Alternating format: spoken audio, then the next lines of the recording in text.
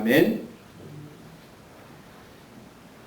예, 데살로니가 전서의 말씀을 본문으로 삼았는데, 그냥 사도 바울의 여러 편지 가운데 신약 성경 가운데 가장 먼저 기록된 책이 데살로니가 전서일 것이다라고 이야기합니다. 왜냐하면 사도 바울의 편지가 가장 먼저 쓰여졌고, 그리고 그 후에 사도들의 편지와 더불어 복음서가 마지막에 쓰여져서 신약 성경을 구성하게 됩니다. 그리고 사도 바울의 서신 가운데 데살로니가는 가장 먼저 기록된 책 가운데 하나입니다. 그래서 이 책을 통해서 사도 바울의 초기 사역, 1차 선교 여행, 2차, 3차로 이어지는 여행 가운데 가장 초기에 사도 바울의 사상과 생각과 그리고 그가 전한 복음의 내용들, 그리고 그 당시 교회의 모습들을 생각해 볼 수가 있습니다. 그래서 데살로니가 전서를 통해서 우리는 이 데살로니가 전서, 교회가 가졌던 교회의 모습들을 우리가 생각해 볼 수 있는데, 성경에 등장하는 많은 교회들 가운데 가장 본받을 만하고 그리고 우리에게 좋은 귀감이 되는, 모범이 되는 교회가 있다면 데살로니가 교회일 것입니다. 예루살렘 교회는 예루살렘의 사도들에 의해서 가장 먼저 세워졌지만, 사도행전 기록에 따르면은 박해가 왔을 때 많은 교인들이 흩어지고 남아있던 사람들은 헬라파와 히브리파로 나뉘어서 서로 다투고 경쟁했던 모습들을 보게 되는데, 그 경쟁이 선의의 경쟁이 아니라 상대방을 폄하하고 상대방을 인정하지 않는 이런 다툼이 교회 안에서 일어나는데, 교회 일을 잘 하겠다는 열심에서 비롯된 다툼이었지만, 헬라파와 히브리파는 서로 율법을 어느 정도 준수해야 될 것인가, 이런 문제로 합의를 보지 못했고, 그리고 사도가 해야 될 일과 평신도가 해야 될 일들이 구분되지 않아서 사도들은 굳이 하는데, 봉사하는데 열심을 하다 보니까 본질적인 교회의 사역이 잘 이루어지지 않았습니다. 그래서 사도행전 기록에 7 집사를 세우고 교회에는 일꾼을 세워야 된다. 일꾼이 세워져야만 사역자는 자기의 본연의 임무, 말씀 전하는 일과 기도하는 일에 전무할 수 있다.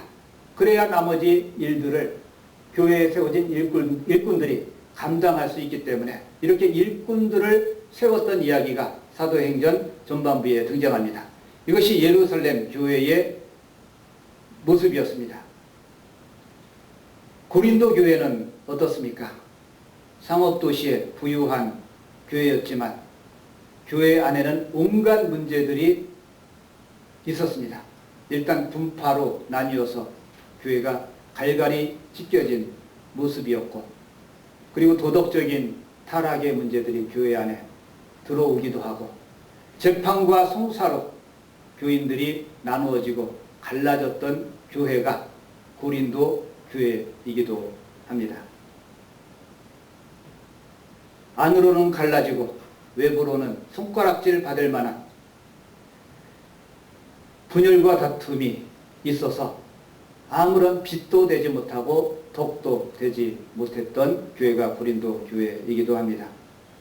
갈라디아서를 읽어보면 교회 안에 또 이단의 사상들, 율법주의자들이 들어와서 교인들을 정죄하고 교인들을 갈라치는 갈라디아 교회의 모습들을 보게 됩니다. 이런 점에서 본다면 초대교회들 가운데 데살로니가 교회만큼 모범적인 교회를 찾아보기가 어렵습니다. 데살로니가를 읽어보면 죽음의 문제, 순교의 문제, 그리고 먼저 죽은 형제들의 문제, 이런 것들에 대한 답변이 데살로니가에 기록되어 있습니다. 왜냐하면 교인들 가운데 순교한 사람들이 있고 박해로 흩어진 사람들이 있고 먼저 죽은 사람들, 그래서 데살로니가를 읽어보면 천사장의 호령과 함께 예수 그리스도께서 강림하셔서 그들의 영혼을 들어 올리신다는 이런 부활에 관한 사상들, 이것은 그 교회가 가지고 있던 죽음의 문제, 순교의 문제, 아픔의 문제에 소망과 희망을 주기 위해서 부활의 복음을 특별히 데살로니가서를 통해 제시하고 있는 것이기도 합니다. 데살로니가 전서 1장 시작되는 말씀을 보게 되면 우리가 잘 아는 말씀이죠. 그 교회에는 믿음의 역사와 사랑의 수고와 그리스도에 대한 소망의 인내가 있었기 때문에 우리가 끊임없이 하나님 앞에서 데살로니가 교회를 기억할 수밖에 없다라고 이야기합니다. 교회 안에 믿음의 역사가 일어납니다.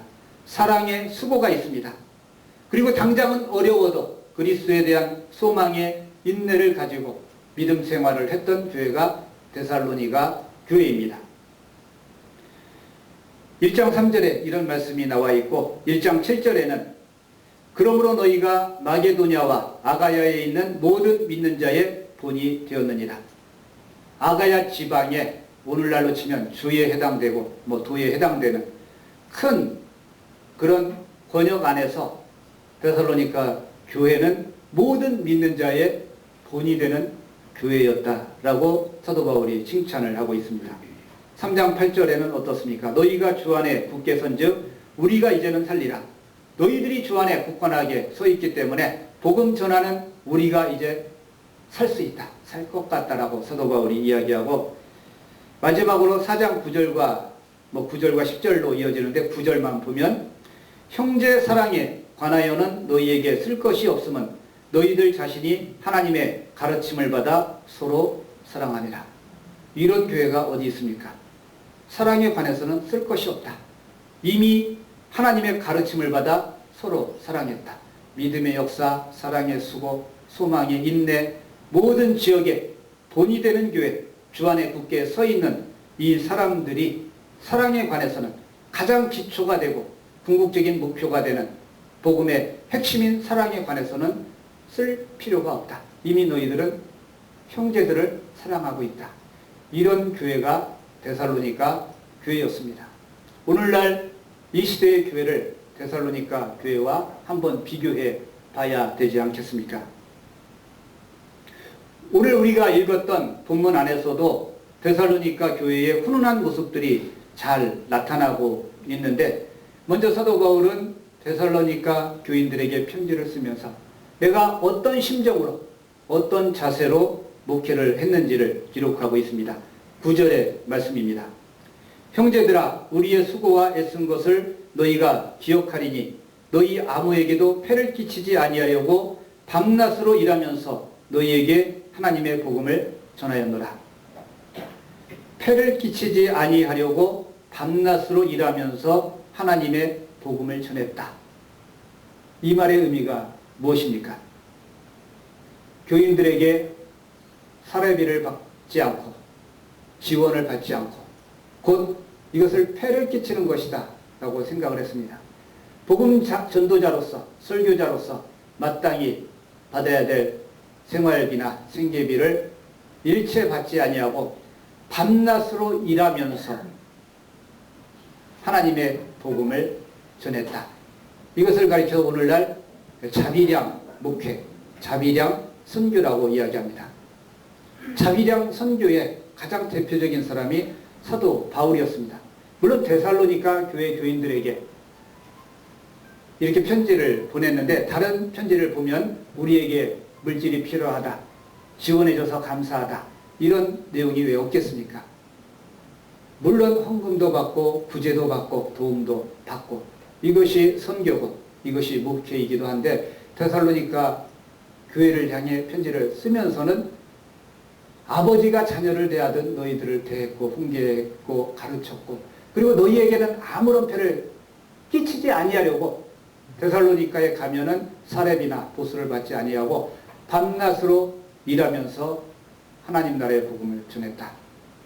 텐트 메이커라고 이야기합니다. 장막을 짓는 사람. 기술이 있었습니다. 천막을 잘 만들고 텐트를 만들 줄 아는 기술이 있었기 때문에 고린도 교회도 브리스길라와 아굴라 이런 사람들 가운데 같은 동업자들이 있었습니다. 함께 생업을 하면서 천막을 만들고 텐트 메이커 장사를 하면서 교회를 세워 나갔습니다. 이것이 곧 자비량 선교인데 왜 이렇게 했을까? 교인들을 모아서 재정을 높여서 거기서 후원을 받아서 더 큰 일을 할 수 있을 텐데 왜 이런 방식으로 복음을 전할까?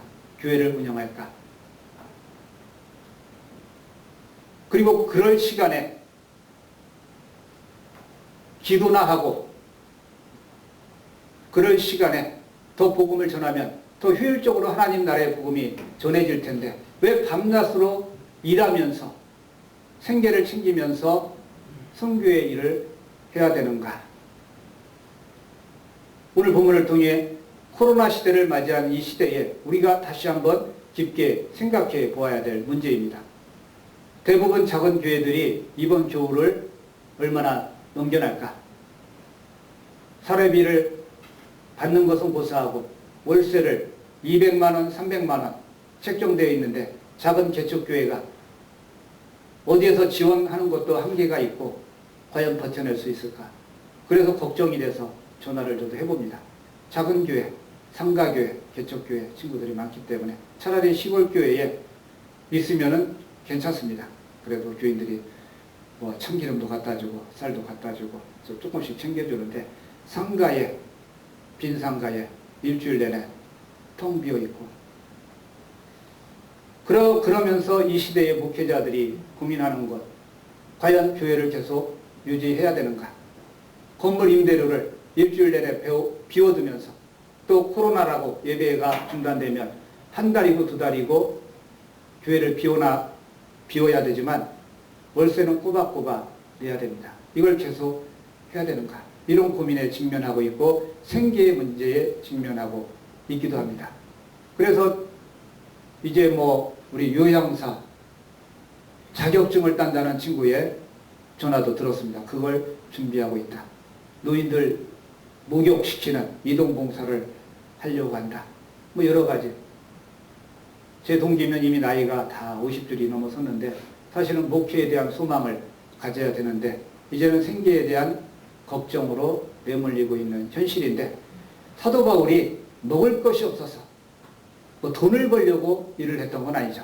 복음을 효과적으로 전하기 위해서 일을 했는데 교인들에게 폐를 끼치지 않기 위해서 밤낮으로 수고하며 일을 하면서도 하나님 나라의 복음을 전했다.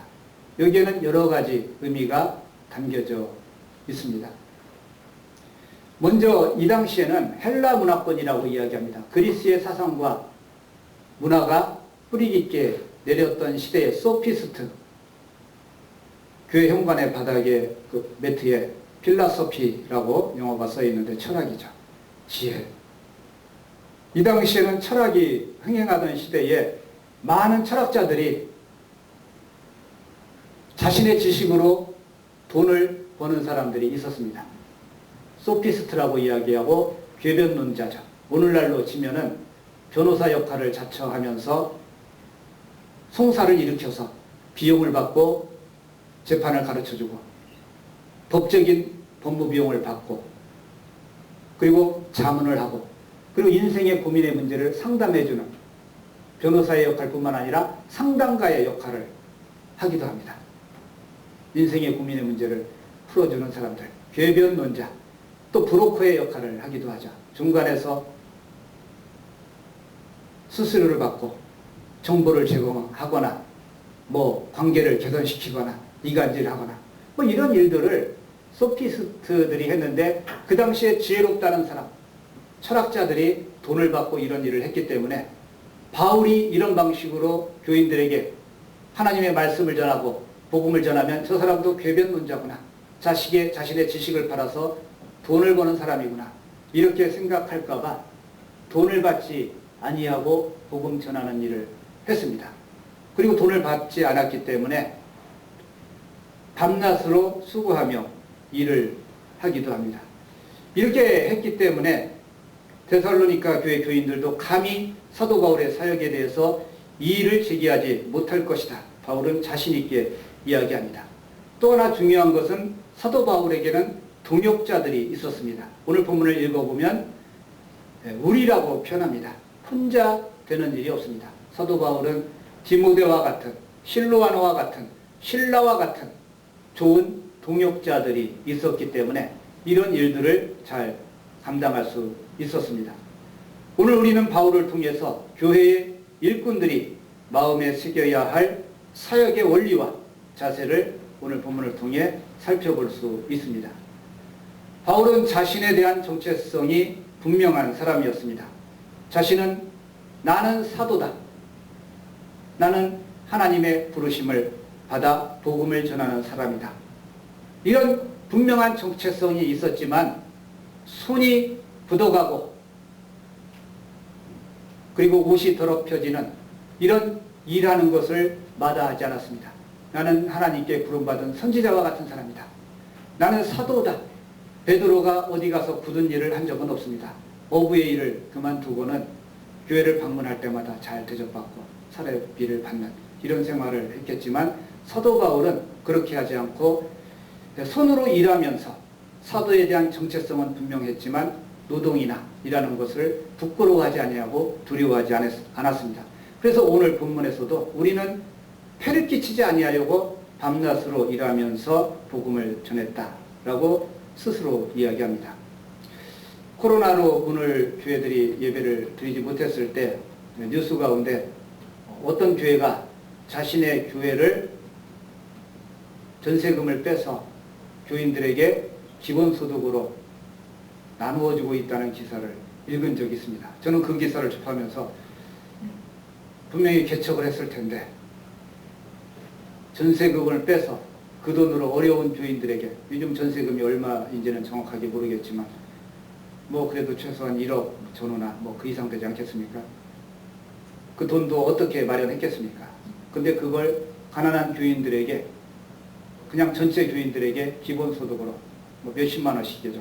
상당 기간 동안 그걸 다 나눠주고 교회를 새로운 방식으로 시작하려고 한다라는 기사가 언론에, 뭐 이런 교계 언론이 아니라 일반 그 중앙 언론에 보도가 돼서 관심 있게 읽었던 적이 있습니다.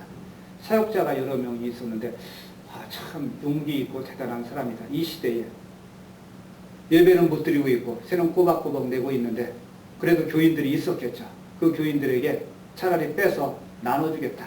그리고 새롭게 모이는 새로운 교회 대안을 준비하겠다라는 그런 기사를 읽으면서 그냥 잊혀지지 않았는데 그 동기들과 한번 모임을 가진 적이 있는데 후배 목사가 그 기사 이야기를 하면서 그 친구가 우리 학교 뭐 몇 기 후배라고 이야기를 하더라고요. 저한테는 한참 후배죠. 갑자기 참 자랑스러운 후배가 있다. 꼭 한번 만나봤으면 좋겠다. 강남에서 목회를 합니다. 물론 세를 얻었겠지만 외곽에서. 그래도 이 시대에 중앙 그런 언론이 주목할 만큼 뭐 이게 뭐 잘잘못의 판단의 문제를 떠나서 이런 혁신적인 생각 그리고 새로운 교회를 생각하는 것 자체가 귀하다고 생각됩니다. 교인들이 모이지 못하는 비대면 기간이 길어지고 텅 빈 공간을 놀리면서 세만 내고 있다면 과연 앞으로 교회는 어떻게 해야 되는가에 대한 고민이 있어야 되고, 이것이 올해 우리가 큰 고통을 받았지만 내년에 문제가 풀린다 장담할 수 없습니다. 지금 3일째 계속 100명 이상의 확진자가 나오고 있고 이번 주말이나 또 추위가 찾아오면서 급격하게 사람이 코로나 확진자가 늘어난다면 다시 대면 예배는 중단될 수도 있습니다. 이것이 우리 교회의 현실이고 재정은 점점 어려워지고 한번 둘러보십시오. 예전에는 성가대가 앉아도 이만큼의 교인들이 앉았는데 이제는 성가대를 빼고도 예전만큼 자리를 채우지 못합니다. 어린아이가 뛰어다니고 차라리 여기서 바둥거리고 악을 쓰더라도 내기 하나 있는 교회가 좋은 교회가 아니겠습니까? 이처럼 우리는 시대를 고민하면서 오늘 데살로니가 교회를 생각하며 앞으로 우리가 지향해야 될 교회, 나아가야 될 교회 모습을 고민해야 됩니다. 준비해야 됩니다. 넋놓고 있다가 다른 데 정신 팔렸다가 정말 교회가 어디로 떠내려가는지,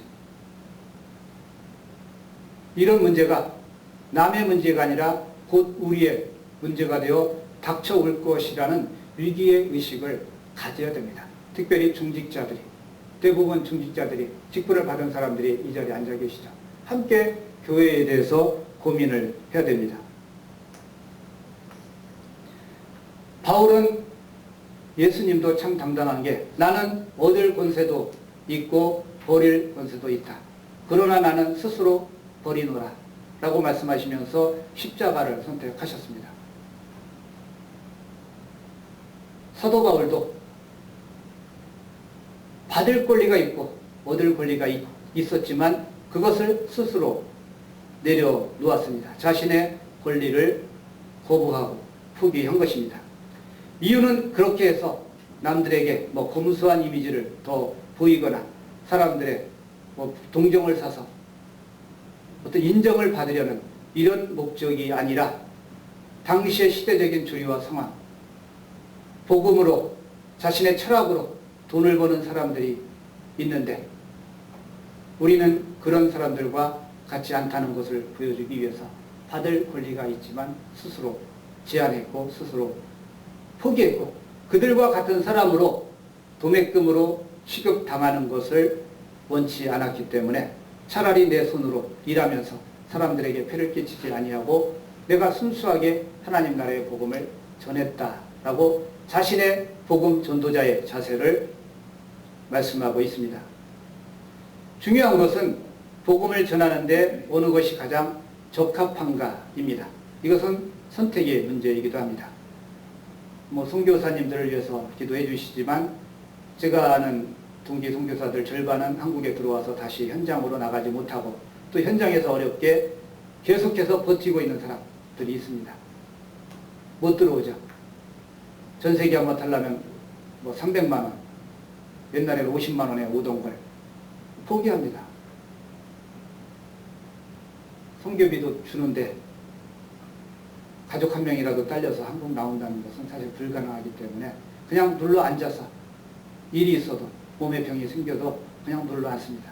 나왔던 사람들도 마찬가지로 선교지에서는 어떤 일들이 진행되고 있고 사역들이 진행되고 있는데 들어가 보지를 못하고 사진이나 영상으로 보고를 받고 후원을 하는 정도의 이런 일들을 하고 있는데 선교사의 삶이 바로 후원과 지원을 받고 할 것인가, 자비량으로 스스로 사도 바울처럼 텐트를 만들듯 밤낮으로 일하면서 복음을 전할 것인가, 이것은 어떤 것이 복음을 전하는데 더 효과적이고 효율적인가, 이것에 따라 사역자들이 자신의 사역을 정하는 것입니다. 그리고 돈을 주면 사람들이 간섭을 하고 지시를 합니다. 큰 돈을 줄수록 제때 보고 안 하면은 싫은 소리하고 바빠서 아무리 지방으로 돌아도 매이게 됩니다. 그리고 갑질하듯이 우리가 언제 간다, 뭘 준비해놔라. 사실 이런 일들이 돈 몇 푼 보내면서 이런 일들이 일어나기 때문에 지원을 받는 것도 마음 편한 일은 아닙니다. 그렇다고 자비량으로 하기에도 여러 가지 어려움들이 있지만 대부분 지혜롭게 자신의 선교의 방식대로 일을 하는데 사도 바울은 어떤 것이 효과적이고 효율적인가? 우리 교회도 앞으로 내년에 또 예산도 세워야 될 것이고 교회 방향을 정할 때에 어떻게 하는 것이 효과적이고 효율도 중요하지만 효과적인가? 이런 것들을 고민하고 또 효율적인 교회 이런 것들을 생각해야 되는데 데살로니가 교회의 성도들은 또 오늘날 다른 모습으로 우리에게 모범의 모습을